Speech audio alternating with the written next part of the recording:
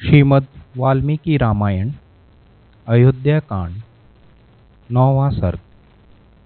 कुब्जा के कुचक्र से कैकेयी का कोप भवन में प्रवेश। मंथरा के ऐसे कहने पर कैकेयी का मुख क्रोध से तमतमा उठा। वे लंबी और गर्म सांसें खींचकर उससे इस प्रकार बोली, कुब्जे, मैं श्री राम को शीघ्र ही वन में भेजूंगी और तुरंत ही युवराज के पद पर भरत का अभिषेक कराऊंगी। परंतु इस समय यह तो सोचो कि किस उपाय से अपना अभीष्ट साधन करूं। भरत को राज्य प्राप्त हो जाए और श्री राम उसे किसी तरह भी ना पा सकें, यह कैसे काम होगा।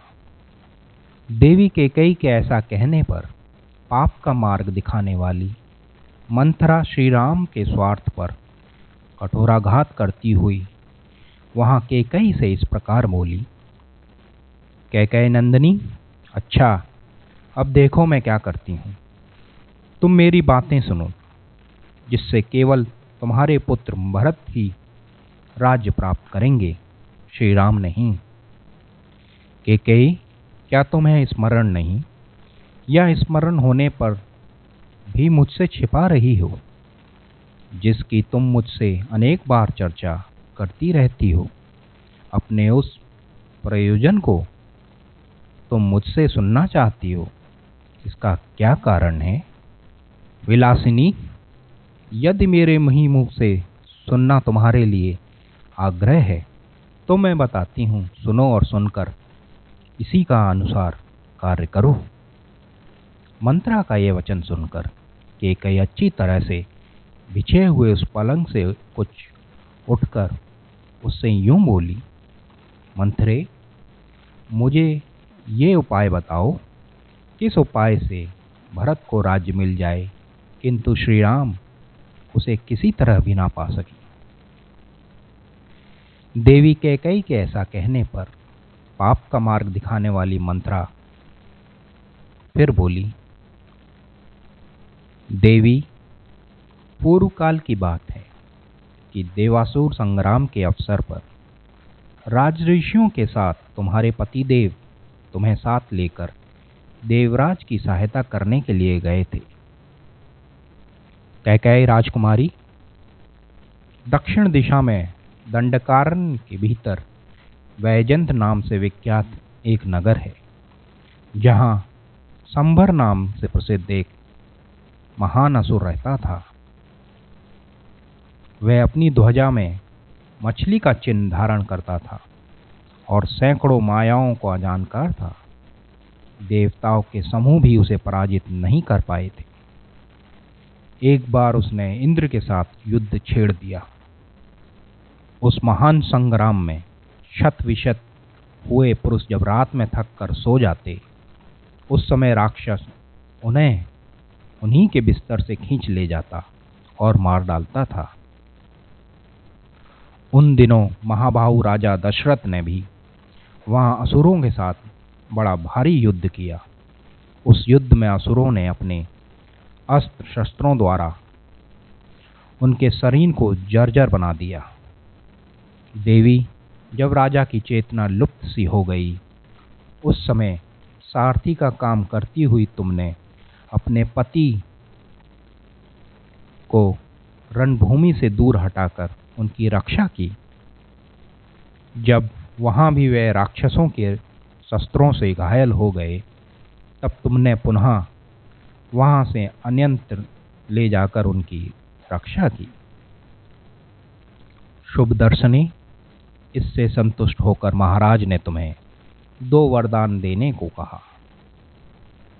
देवी, उस समय तुमने अपने पति से कहा, प्राणनाथ, जब मेरी इच्छा होगी तब मैं इन वरों को मांग लूंगी। उस समय उन महात्मा नरेश ने तथास्तु कहकर तुम्हारी बात मान ली थी। देवी, मैं इस कथा को नहीं जानती थी। पूर्व काल में तुमने ही मुझे इसका वृत्तांत बताया था।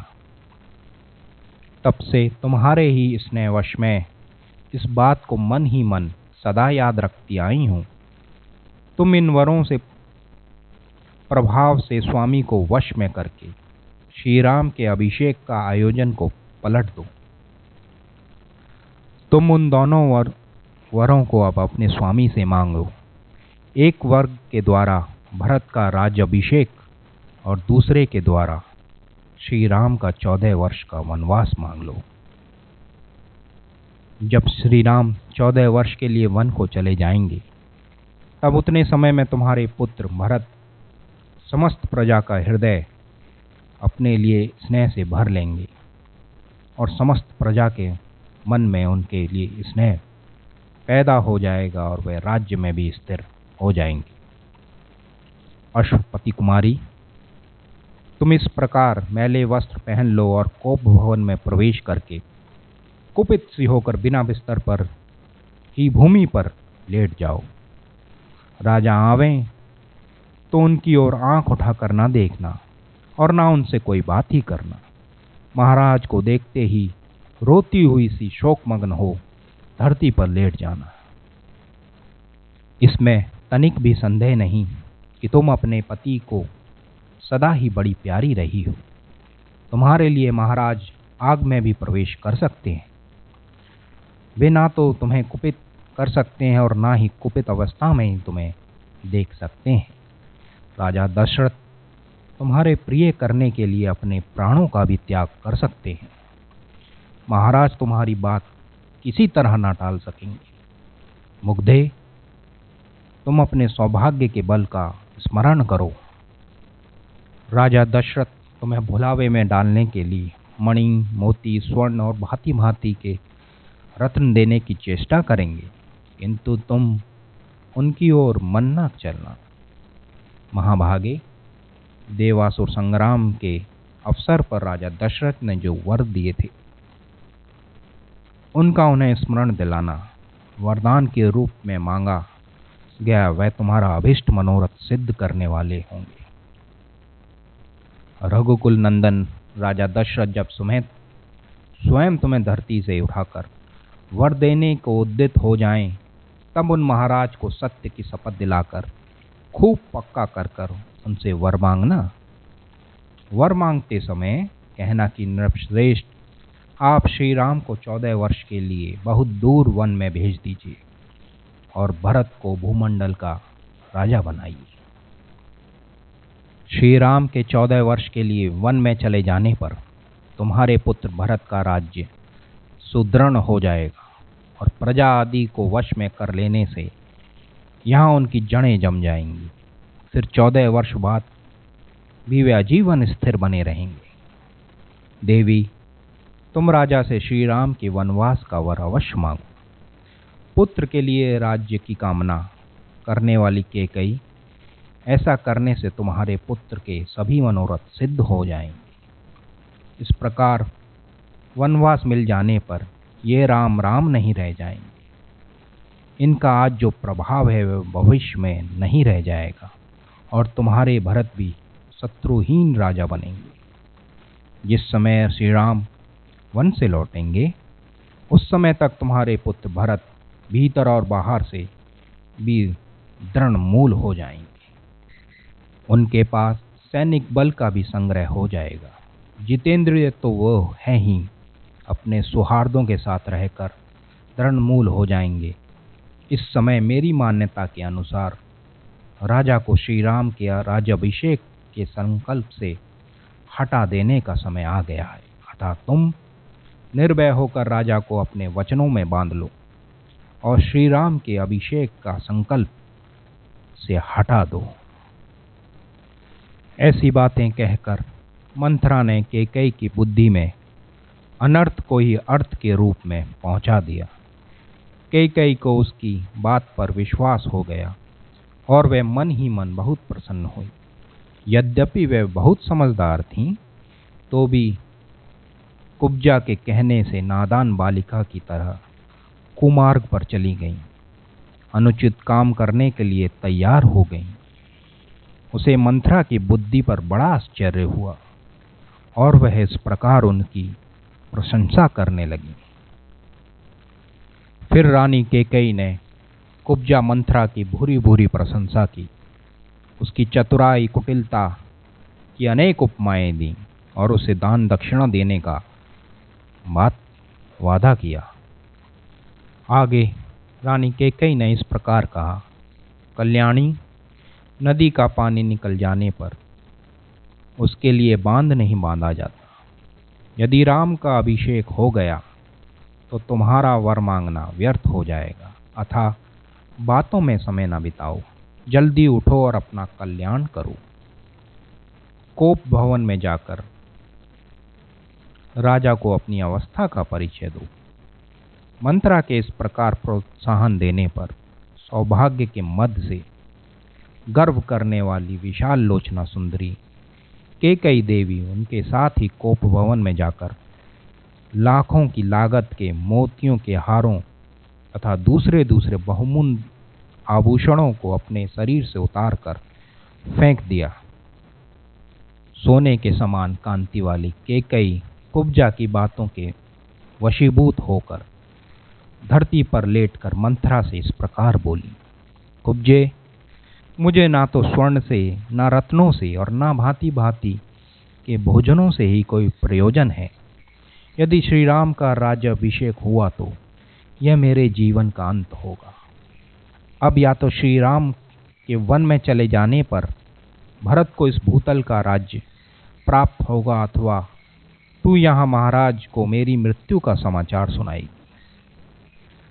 तदनंतर कुब्जा महाराज दशरथ की रानी तथा भरत की माता कैकेयी से अत्यंत क्रूर वचनों द्वारा पुनः इस प्रकार की बातें करने लगी, जो लौकिक दृष्टि से भरत के लिए तो उत्तम प्रतीत होती थीं, पर श्री राम के लिए अहितकारी थीं। कल्याणी, यदि श्री राम इस राज्य को प्राप्त कर लेंगे तो निश्चय ही अपने पुत्र भरत सहित तुम भारी संताप में पड़ जाओगी। अतः ऐसा प्रयत्न करो जिससे तुम्हारे पुत्र भरत का राज्याभिषेक हो जाए। इस प्रकार कुब्जा ने अपने वचन रूपी बाणों का बारंबार प्रहार करके जब रानी कैकेयी को अत्यंत घायल कर दिया, तब वे अत्यंत विस्मित और कुपित हो अपने हृदय पर दोनों हाथ रखकर कुब्जे से बारंबार इस प्रकार कहने लगीं, कुब्जे, अब तो या रामचंद्र जी के अधिक काल के लिए वन में चले जाने पर भरत का मनोरथ सिद्ध होगा, या तो मुझे यमलोक में जाने का समाचार सुनेगी। यदि राम यहाँ से वन को नहीं गए तो मैं ना तो भांति भांति के बिछौनों, ना फूलों के हार, न चंदन, ना अन्न जल का पान करूंगी, न कोई दूसरी ही वस्तु लेना चाहूंगी। उस दशा में मैं यहाँ इस जीवन को भी नहीं रखना चाहूंगी। ऐसे अत्यंत कठोर वचन कहकर कैकेयी ने सारे आभूषण उतार दिए और बिना बिस्तर के ही वह खाली जमीन पर लेट गईं। उस समय वह स्वर्ग से भूतल पर गिरी हुई किसी किन्नरी के समान जान पड़ती थीं।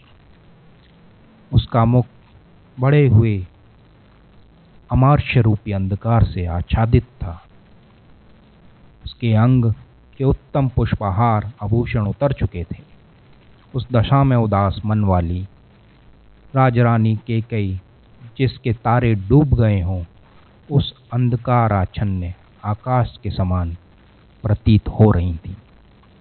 इस प्रकार श्रीमद् वाल्मीकि रामायण में अयोध्या कांड का 9वां सर्ग पूरा हुआ।